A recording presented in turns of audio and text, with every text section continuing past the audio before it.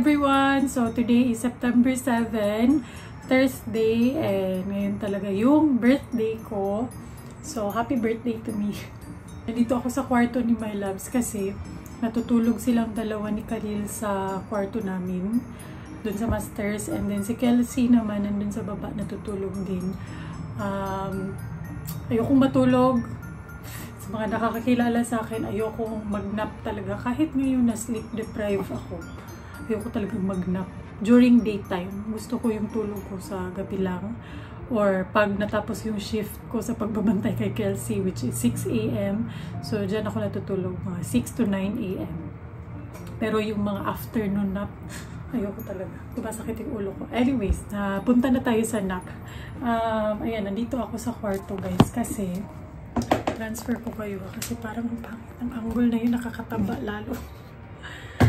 Nandito ako sa kwarto kasi magre-ready na ako para later pagka gising ni Khalil, siya na lang yung asikasuhin ko.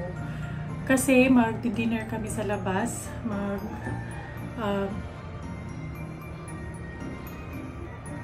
Nakala ko na paano si Khalil. Parang may naririnig akong sobrang lakas na sigaw na umiiyak. Wala pala. May problems. Anyways, ayun na. Magdi-dinner kami sa Vikings later with my family. Direct family ko lang guys kasi alam niyo naman, may kamahalan po yung Vikings. And yeah, gusto ko lang din naman talaga i-celebrate yung birthday ko with my family. My direct family talaga.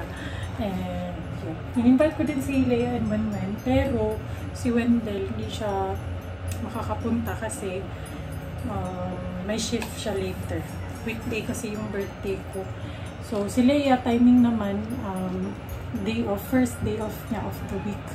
Kaya makakasama siya later. Tapos si Kelsey hindi ko din masasama kasi alam niyo na, newborn pa. Ayaw ko talagang ilabas sa maraming tao pag newborn. Kahit si Khalil noon hindi ko talaga nilalabas. Hanggat, lalo na't hindi pa nababakunahan. Kasi yung first vaccine ni Kelsey sa September 19 pa. Tapos hindi pa din siya nabibinyagan. Plano namin yung binyag niya, isabay na lang sa birthday ni my loves, which is October. Mga 2 months na siya niyan. So, yeah.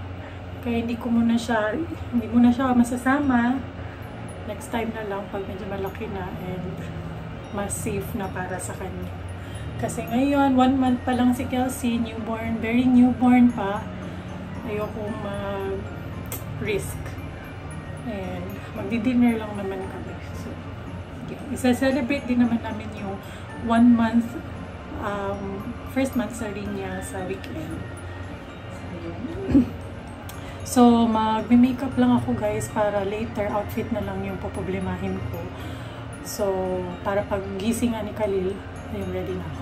A few moments later. So, yan! We're here! Ano ko ipakita si Khalil. Nag-vlog ko ganun before ko nag-makeup. So, ayan, papunta na kami ng SM guys. Tapos na kaming mag-ready and everything. Medyo nagpadali kami kasi si Khalil, matagal nagising, himala. Nakatulog siya sa duyan, so mahimbing yung tulog niya kanina. Kinailangan pa namin siyang gisingin kasi yung reservation namin doon is dinner time, and sabi doon sa note or sa instructions ng Vikings na please be there on or before 6 PM to avoid cancellation. So kailangan na talaga alas 6 ng 5:30 na guys na may tagal traffic. 30 minutes lang naman sa map according to Google Maps. 32 minutes lang naman, so carry pa.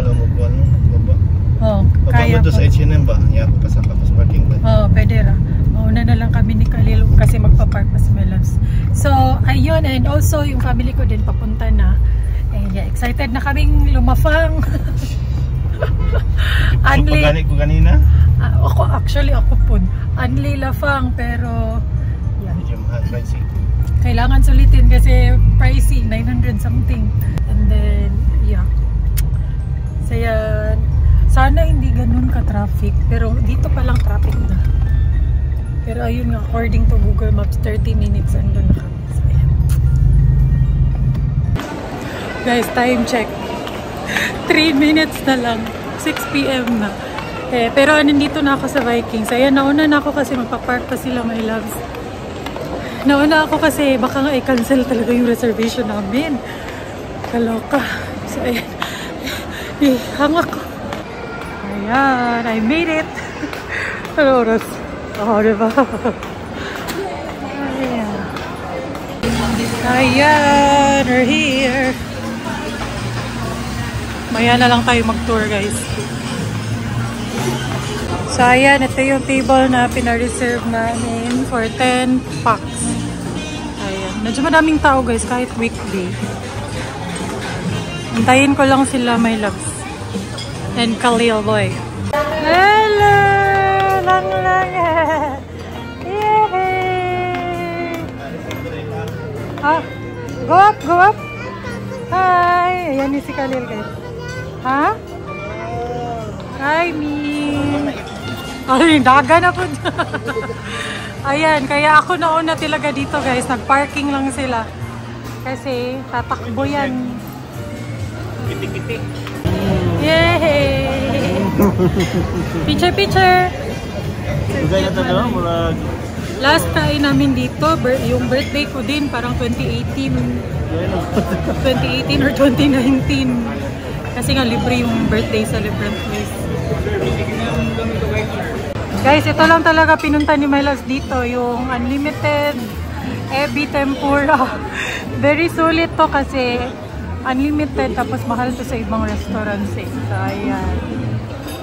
Ah, look at mama. Ito pa lang, solved na. Ebi tempura.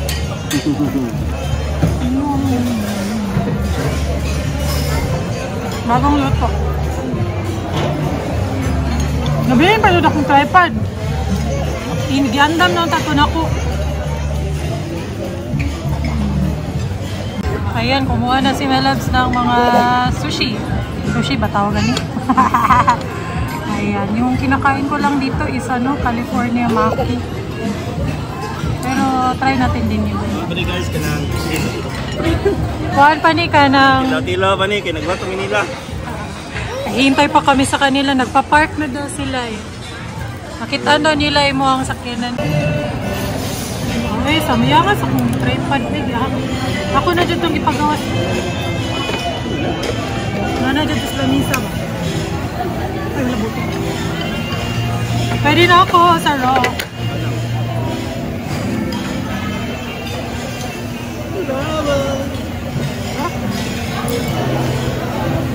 Dapat putog ta 9 PM din eh, para sulit. Nako'y special guest Ryzen and Mami Leah. Sige na, sing happy birthday. Mami Chick So cute to, ano? Kiss Mami Chick Chick. Kiss Mami. Wow, kalame. Yung cute. Ay, si Butchak Dera. Si Kent din nandito. Cute guys. Kuha tayo ng food. My turn. It's my turn. Kumuha ng food. Sila mama, papa, kapatid ko. We celebrate your birthday with us.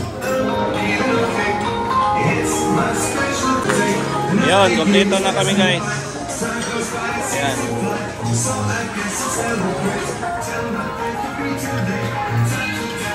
A few moments later. Yeah, nandito ako sa H&M guys, sa mga pang-girls. Kasi bibilhan ko si Kelsey ng OOTD for her 1-month photoshoot. Hindi naman photoshoot, pero picturean namin siya. Marami akong nabili sa kanya last time online sa H&M, pero ang laki. Hindi ko in-expect na maliit pala talaga na baby si Kelsey. Hindi tulad kay Khalil. So, nasa 2 to 4 months yung kasya sa kanya. Rin to US size. Kaya yung mga nabili ko 4 to 6 months, 6 to 12 months, mga ganun. So, sobrang laki para kay Kelsey. Hindi ma-appreciate pa. So, bibilhan ko siya ng mga pakaka-size niya talaga ngayon. A few moments later. So, wait lang ka. Itong ilok. So, ayan guys. Nakauwi na kami. And ayan, kakatapos ko lang mag-pump. Say hi to my Yo man. kumot di ako Naomi. Cute. Cute si mama o papa. So, ayan, nag-pump lang ako kasi dami ng milk. Although, hindi na ako na-engorge. Pero, nafe-feel ko na madami na siyang laman. Hindi na lang siya sumasakit, which is good. Steady na yung milk supply ko. That means, pag hindi ka na-engorge, hindi na yung tumitigas yung boobs mo, pag matagal hindi na dede ng baby, meaning nun, steady yung milk supply mo. Pero pag na-engorge ka pa, meaning nun, hindi pa steady yung milk supply mo. Papag-pump na ako para may gata si Kelsey for later bago ako matulog. Kasi pagka papalit ako sa nagbabantay mamayang madaling araw na. So, yan. And before kaming umuwi, pumunta muna ako sa H&M kasi kailangan kong bilhan si Baby Kelsey ng bagong damit. Although, madami na akong nabiling damit sa kanya online. Pero wala talaga ni isa nagkasya. May nagkasya sa kanya isa, binigay ng pinsan ni my loves. Yun lang yung perfect fit sa kanya. Kaya yun yung dinala ko sa bag ko kanina para meron akong guide pag nagpunta ako ng H&M. So yun, nakabili ako ng size niya talaga ngayon. So, may nabili din ako kay Khalil. Ayan. Puro sa baby. Oh my gosh, wala nang para sa mama. Hindi na ako bumili ng damit ko kasi marami naman akong damit, guys. So, ayan, ito kay Khalil. Wala pa siya nito. Parang new arrival to nila. So, ayan, polo shirt. Ayan, $5.99. Mura lang naman. Mura lang yung pang baby nila or pang kids. Tapos, sobrang gaganda ng quality. Ano siya, pang matagalan pa. Compared sa yung nabibili sa Shopee, mga ganun. Hindi siya pang matagalang quality. Yung sa H&M kasi, ano talaga, magandang quality. So, ayan, ito puro kay Baby Kelsey na, ayan, binilhan ko siya ng mga basic na shirt or blouse. Ayan, very aesthetic color lang. Yung binili ko sa kanya is yung mga maliliit talaga. Ito 4 to 6 months. Ito medyo malaki pa to sa kanya, pero at least magagamit niya pa ng ilang buwan. So, ayan. Mura lang ito guys, $3.99. Tapos bumili din ako ng color white. Ayan. Sobrang cute. Excited ako masuot ko ni Kelsey. And then of course, leggings. Ayan. Kasi wala talaga siyang leggings na pang-alis. Or bottom ba na pang-alis na kasya sa kanya. Kaya ayan. Ito, maliit talaga ito. Binili ko. 2 to 4 months. Ito talaga yung size niya. Siguro magagamit niya pa ito ng ilang buwan. Kasi very stretchable naman siya. Aesthetic leggings. Sobrang cute. Excited ako yung suot ni Kelsey. Tapos, more leggings. Ito naka-sale. Hindi ko napansin. Naka-sale pala. From $8.99, $500 na lang siya. Tapos, 3 piraso na. 3 leggings na siya. Ito kasya din talaga to kay Kelsey. Kasi 1 to 2 months naman to. Ayan. Pang ano lang. Basic. Tapos very stretchable kaya ilang months pa ito magagamit. Kasi nga small baby si Kelsey. Pero ayoko magsalita ng tapos na small baby siya. Kasi baka bigla lang siyang lumobo in a few months. And then of course kitty-cutie na socks pang partner sa blouse. Ayan. Kasi hindi pa naman talaga nagsasapatos yung newborn. So, cute muna na socks. Ayan. Kikay-kikay na socks. Tapos, ito yung papasuot ko sa kanya sa pictorial niya. Ayan. Cutie! Tutu dress! And ito lang din yung nakita namin doon ni Leia na alam kong kasya talaga sa kanya. So, ayan. Sobrang cute. Tapos, partner ng ito na socks. Diba? Kitty. Nakakatuwa talaga pag babae. Kasi sobrang ganda ng mga damit. Mas maganda silang damitan compared sa boys. Although, cute din naman kay Khalil. natutuwa rin akong gamitan si Khalil kasi pang ano ba, murag binata, pang binata sa inyo. Ang cute nito talaga guys. Itong mga aesthetic colors. Palalaban ko muna to, tapos pasuot natin kay Baby Kels. Ruka na ko. I'm so ruka na talaga.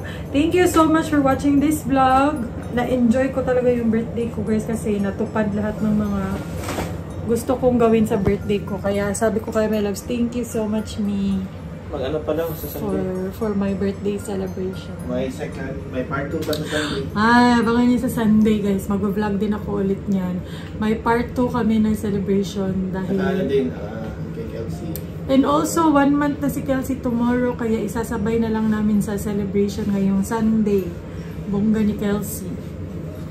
Nikita kay mong tiil dream eh. Hanggang? Dili man. Tapos may hinihintay pa rin akong gift galing kay my loves. Akala niya talaga tatantanan ko siya. Mamaya, nandun yun. Kung may time. Napipilitan na siya.